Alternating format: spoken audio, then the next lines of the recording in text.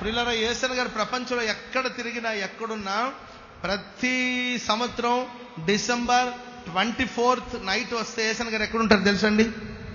ఎక్కడుంటారు మీకు తెలుసా? ఎక్కడుంటారు చెప్పండి? మల్లాది అని ఒక చిన్న గ్రామం ఉంది.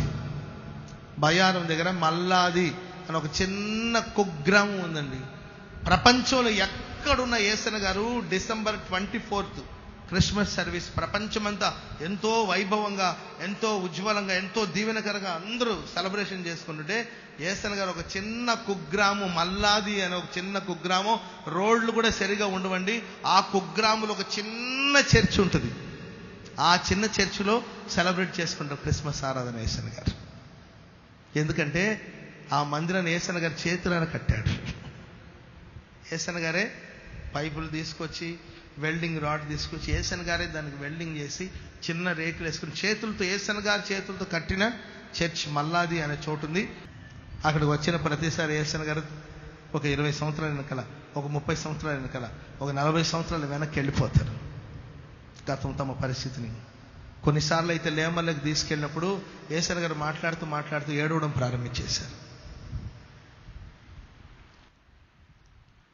నేను వెళ్ళే మార్గము నా యేసుకే తెలియును, నేను వెళ్ళే మార్గము నా యేసుకే, శోధించబడి నేను సువర్ణమై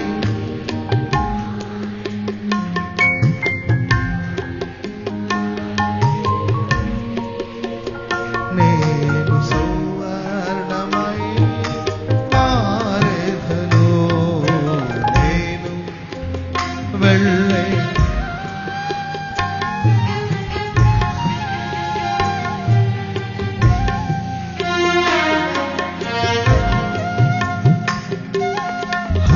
హల్లెలూయా,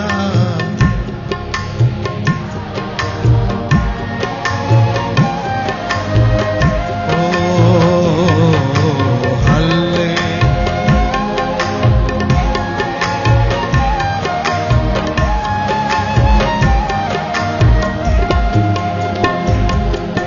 కడలేని కాడాలి తీరము, ఎడమాయ కడకు నా బ్రతుకునా, కడలేని తీరము, ఎడమాయ కడకు నా బ్రతుకునా, గురిలేని కరుణ నాదరినే నిలిచేవనా ప్రభు, గురిలేని తరుణ నాదరినే నిలిచేవనా ప్రభు, నేను వెళ్ళే నా యేసుకే తెలియును, నేను వెళ్ళే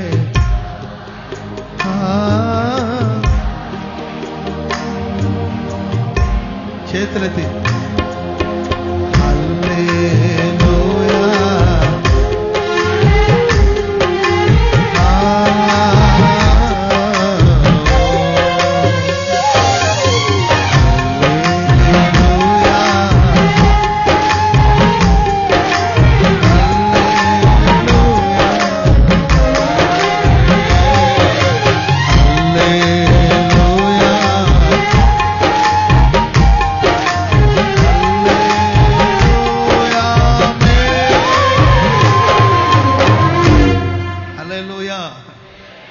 యేసయ్య గారి అనుభవాల నుండి పుట్టుకొని వచ్చిన కీర్తనలండి ఈ కీర్తనలు. ఇప్పుడు పాటలు రాసి ఎన్నో సంవత్సరాలు గడిచిపోయాయి, కానీ దాంట్లో జీవం తగ్గలేదు. దానికి కారణం ఏంటంటే ప్రియులారా, అది వారి అనుభవాల నుండి పుట్టింది. కనుక మీరు కూడా మీ గత జ్ఞాపకాలు, దేవుడు మేము నడిపించిన, మీరు సాక్ష్యాలు చెప్తారు కొంతమంది. ఇప్పుడు ఓ తల్లి లేచి నాకు అనారోగ్యంగా ఉంది, దేవుడు నన్ను బాగు చేశాడు అని చెప్పిన సాక్ష్యం మనకు కొంత సంతోషాన్ని ఇస్తుంది. నేను అంటాను, మీ సాక్ష్యమే రాసుకోండి. మీరు మీ సాక్ష్యాన్ని దేవుడు మిమ్మల్ని ఎలా రక్షించాడో దాన్ని ఒక పేపర్లో రాసుకోండి. ప్రతిరోజు మీ సాక్ష్యాలు మీరే చదవండి. అది మీకు రెట్టింపు శక్తిని ఇస్తుంది. హల్లెలూయా.